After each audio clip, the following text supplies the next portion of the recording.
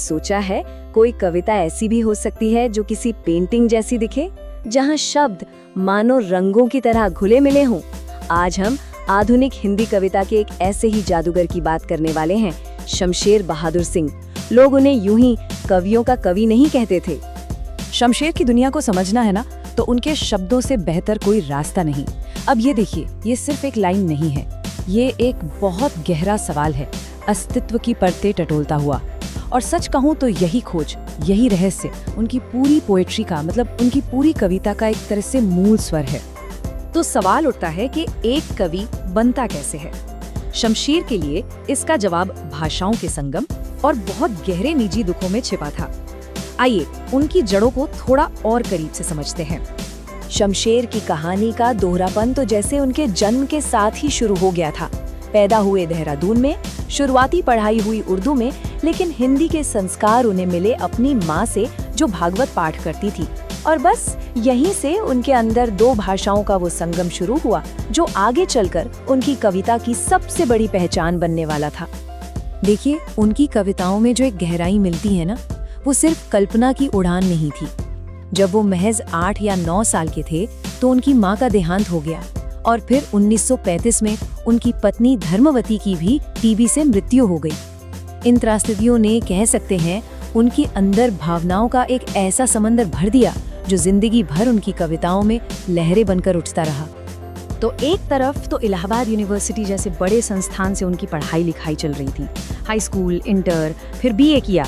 लेकिन दूसरी ही तरफ जिंदगी उन्हें एक के बाद एक गहरे झटके दे रही थी, और इन दोनों रास्तों ने मिलकर उनके सोचने के तरीके और उनके एहसास दोनों को एक साथ गढ़ा।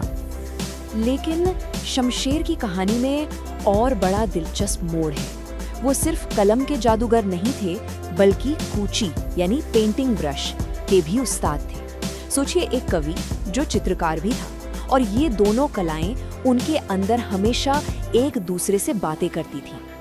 और ये कोई महज शौक नहीं था, उन्होंने बाकायदा इसकी ट्रेनिंग ली थी मशहूर उकील बंधुओं से। शायद यही वजह है कि उनकी कविताएं सिर्फ पढ़ी नहीं जाती, वो देखी जाती हैं। वो शब्दों से ऐसे चित्र बनाते थे कि उनकी कविता पढ़ना किसी आर्ट गैलरी में घूमने जैसा एहसास देता है। तो चलिए अब जरा उनके साहित्यिक संसार में एक गोता लगाते हैं। उन्होंने कविता से लेकर गद्य तक कई फॉर्म्स में अपनी एक अलग ही छाप छोड़ी है। जरा उनके काम का फैलाव तो देखिए, क्या रेंज थी। एक तरफ कुछ कविताएं जैसा क्लासिक कविता संग्रह, तो दूसरी तरफ दो आब जैसे निबंध, फिर कहानियां भी हैं। मतलब कविता, कहानी, निबंध, हर जगह उनकी कलम का जादू चला। ये दिखाता है कि उनकी रचनात्मकता की कोई सीमा नहीं थी। और फिर आया साल 1977। ये वो साल था जब उनके कविता संग्रह चुका भी हूँ नहीं मैं के लिए उन्हें भारत के सबसे बड़े साहित्यिक सम्मानों में से एक साहित्य अकादमी पुरस्कार से नवाजा गया। ये उनके जीवन भर के काम पर एक राष्ट्रीय मुहर की तरह था। शमशेर की कविता जानते एक इंद्रधनुष की तरह है, जिसमें कई रंग हैं। तो आइए उनके काम के कुछ मुख्य विषयों को, कुछ खास रंगों को जरा और करीब से देखते हैं। अक्सर लोग उन्हें प्रेम और प्रकृति का कवि मान लेते हैं, लेकिन वो समाज की सच्चाइयों से भी उतने ही गहराई से जुड़े थे। मार्क्सवादी विचारधारा का उन पर असर था। उनकी कविताओं में गरीबों और मजदूरों की तकलीफों को एक बहुत ही दमदार और बुलंद आवाज मिली है, जो आज भी उतनी ही सच्ची लगती है। और यही तो उनकी कला का असली जादू था। देखिए, एक तरफ वो प्रेम और सौंदर्य के बहुत ही निजी कोमल पलों को अपने शब्दों में पिरोते थे, तो वहीं दूसरी तरफ उषा जैसी कविता में प्रकृति के एक विशाल कैनवस पर सुबह होने के एक एक पल को जिंदा कर देते थे। लेकिन बात यही खत्म नहीं होती, उनके सरोकार और भी गहरे थे। उनकी कविताओं में देश के लिए एकता और बलिदान की बातें थीं। धार्मिक बंटवारे के खिलाफ एक साफ आवाज थी। और हाँ, सबसे बढ़कर वो एक प्रयोगवादी कवि थे।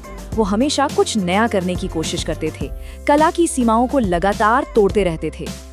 अब आते हैं उस चीज पर जो शमशेर को असल में शमशेर बनाती है, और वो है उनकी भाषा। जिस तरह उन्होंने भाषा का इस्तेमाल किया, वो अपने आप में एक कला थी।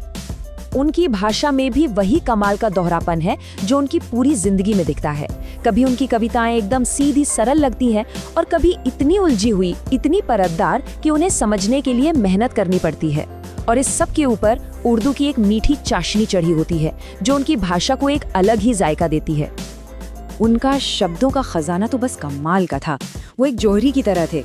कभी संस्कृत से तत्सम शब्द उठाते तो कभी उर्दू और फारसी से, यहाँ तक कि अंग्रेजी के शब्द भी ले आते और फिर इन सब को अपनी साहित्य खड़ी बोली में इतनी खूबसूरती से जड़ देते थे कि वो बिल्कुल सही जगह पर फिट करते थे। तो आखिर में ये सवाल बचता है, एक ऐसा कवि जिसने भाषाओं की सरहदों को मिटा दिया, जिसने कला के दो अलग अलग रूपों को एक कर दिया और जिसने जिंदगी के सुख और दुख दोनों को अपनी कविता में एक साथ गूंज दिया, उसकी विरासत आज हमारे लिए क्या मायने रखती है? शायद ये कि सच्ची कला किसी भी तरह की सीमाओं को नहीं मानती।